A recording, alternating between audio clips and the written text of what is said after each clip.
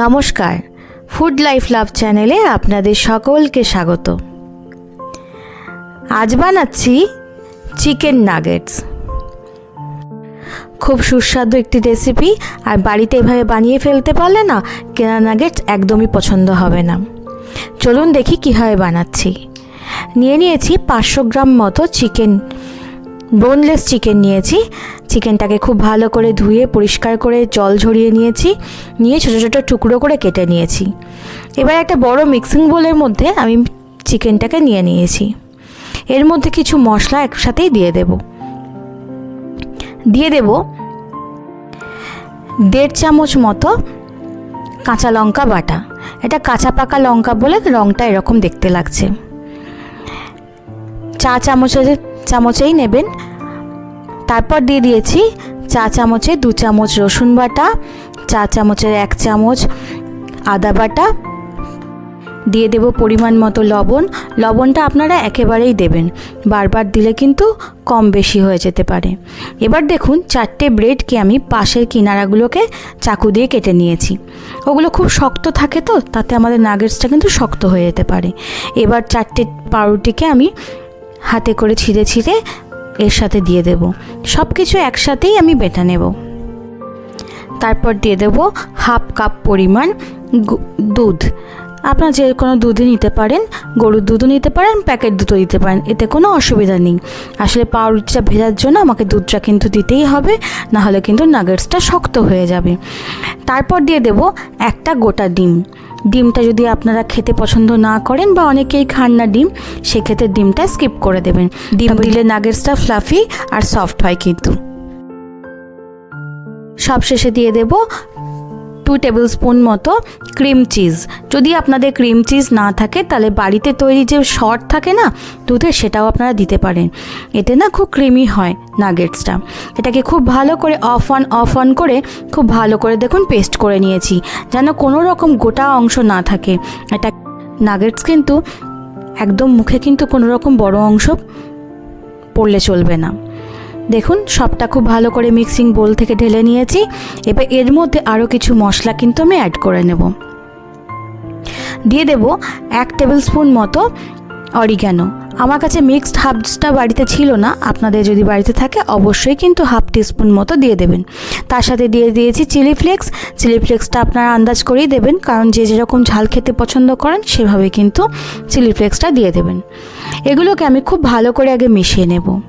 মেশানো হয়ে গেলে এরপর দিয়ে দেব মেল্টেড বাটার 1 টেবিল স্পুন মতো।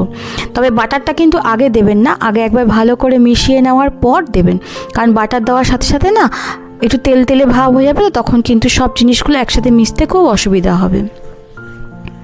ব্যাস, মেন কাজই আমাদের হয়ে গেছে। নাগেটসের যে ডোটা তৈরি করা সেটাই আমাদের তৈরি হয়ে গেছে। তাই আপনারা কিন্তু সময় নিয়ে খুব ভালো করে মিশিয়ে নেবেন।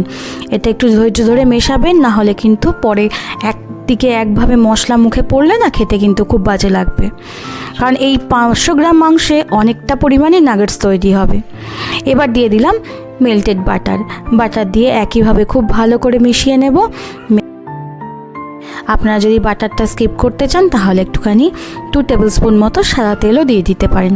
তবে বাটারটা দিলে খেতে আরও খুব স্বাদ হয়ে যায়, খুব টেস্টও হয়। আর বাটারটা তো খুব ক্রিমি একটা ভাব তো নিয়ে আসেই।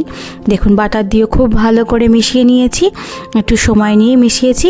দেখছেন কত গ্লেজি লাগছে ডোটা, বাটারটা মেশানোর জন্য এরকম গ্লেজটা দিচ্ছে। এবার চলুন নাগেটগুলো তৈরি করে ফেলবো।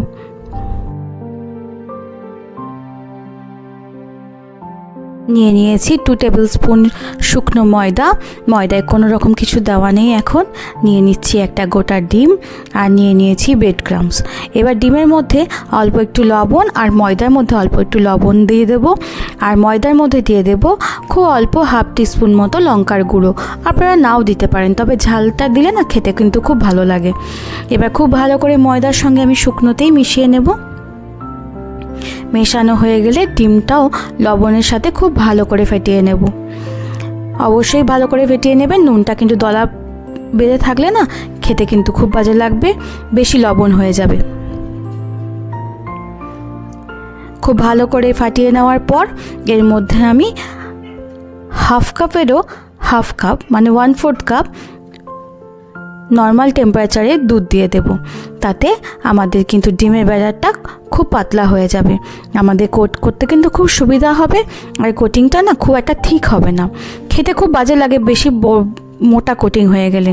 তাই একটু হালকা পাতলা থাকলেই কিন্তু খেতে বেশি ভালো লাগে। খুব ভালো করে মিশিয়ে নিয়েছি দেখুন। মিশিয়ে নেওয়ার পর হাতের তালুতে একটু করে তেল মেখে নেব। এবার চলুন নাগেটসগুলো গড়ে নেব। হাতের তালুতে একটু করে তেল নিয়ে নেব। তেলটা 2 হাতে খুব ভালো করে মেখে নিয়ে একই পরিমাণে অল্প অল্প করে হাতের মধ্যে মাংসের যে ডোটা আছে সেখান থেকে একটু করে অংশ নিয়ে গোল করে একটা করে শেপ দিয়ে দেব।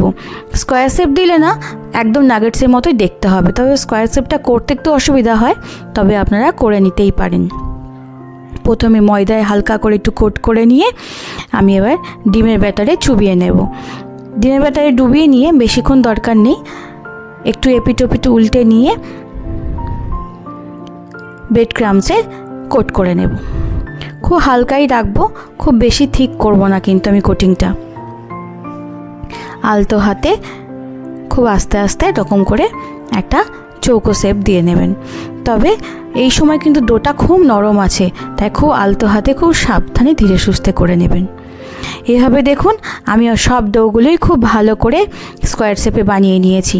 আমার না টোটাল প্রায় 26টা মতো নাগেটস তৈরি হয়েছে। আর কিছুটা আর ভালো লাগছিল না বলে গোলই বানিয়ে নিয়েছি দেখছেন। তবে যদি ছোটো স্কোয়ারটা ছোটো ছোটো সাইজ বানাতাম তাহলে কিন্তু 30 থেকে 35টা মতো নাগেটস কিন্তু আমার 500 গ্রাম মাংসতেই হয়ে যেত। সব নাগেটসটা আমার এখনই দরকার নেই, আমি কিছুটা স্টোর করে রাখবো।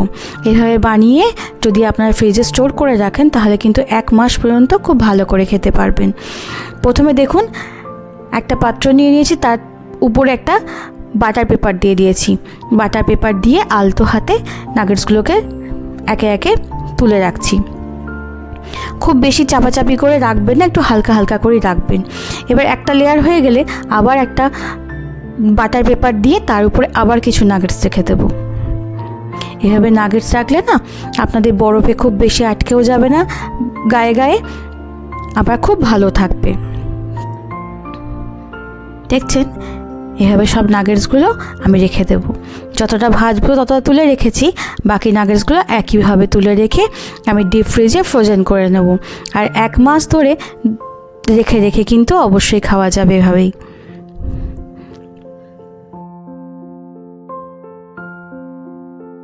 অবশ্যই কিন্তু আপনারা এয়ারটাইট কন্টেনারে রাখবেন, তাহলে নাগেটস আপনাদের 1 মাসের মতো খুব ভালো থাকবে।